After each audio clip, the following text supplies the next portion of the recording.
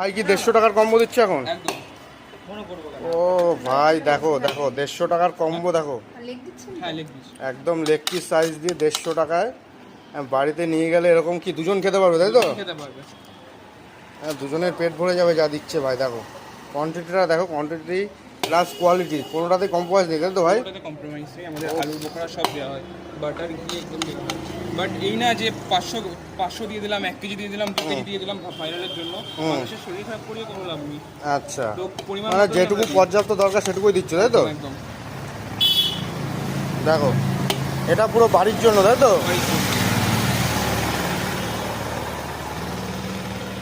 চাকদার বুকে প্রথম ভাই চালু করলে, তাই তো? একদম আনলিমিটেড বিষয়টা, আনলিমিটেড বিষয়।